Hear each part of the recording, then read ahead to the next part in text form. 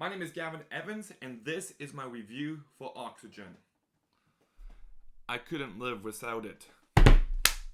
Anyways, though, Oxygen is a movie that came out on Netflix May 12th, and it's directed by Alexandre Aja Hijil. It's spelled AJA. He directed movies like Piranha 3D, The Hills Have Eyes remake, Crawl.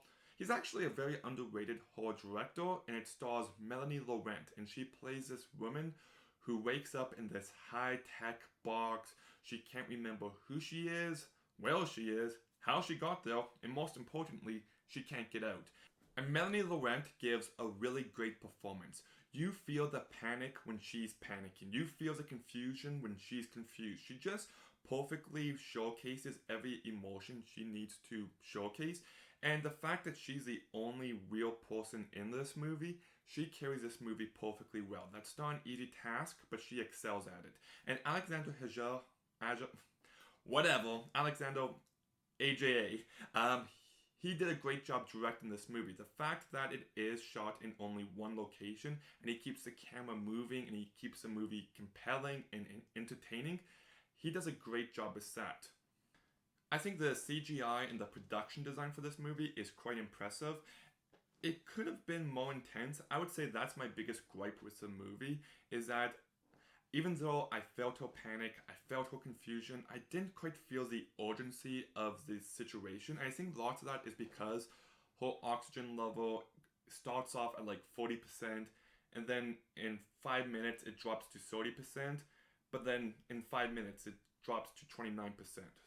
So you kind of know what I mean? It's just the entire countdown from how much oxygen she has left didn't feel consistent, and in that way it kind of got rid of the stakes. It just felt really contrived.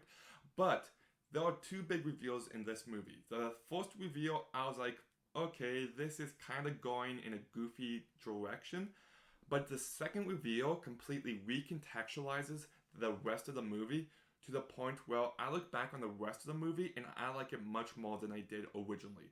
There's a lot more depth and a lot more going on here than I think people realize. This movie is about memories and identity and life and our perception of it. And the way it explores those themes is just fascinating. I'm going to go ahead and grade this movie, but after I give it my rating, please stick around because I'm going to talk about the ending and why I found it to be so brilliant.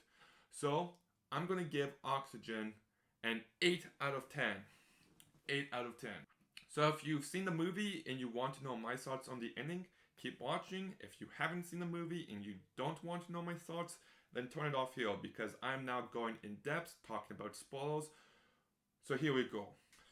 Okay, so the first reveal that it turns out she's actually in space, I thought was a little goofy. Just, what is this? Gravity, but in a box? But then we find out that they're going to a planet, they're going to repopulate it, and I'm like, okay, fine. But what really worked for me was the second twist, that she's actually a clone. And I find that to be brilliant on so many levels. Mainly the fact that we've been following her from the beginning of the movie to the end, and up until that point, that was her entire life. So throughout the movie, she's having all these memories, she's trying to figure out who she is, but none of that was really her. It was just the original version of her, and it just makes you think about how this person, if she died at the end, she would have lived an hour and 40 minutes, the length of the movie, but she would have had the memories and the light and the perception that she lived a full life.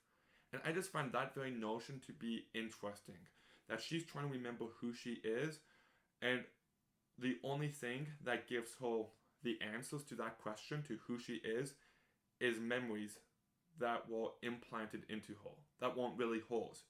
She didn't really live that life. She wasn't really married to Leo. She only thinks that she is. She only has those memories that she was, but she wasn't actually.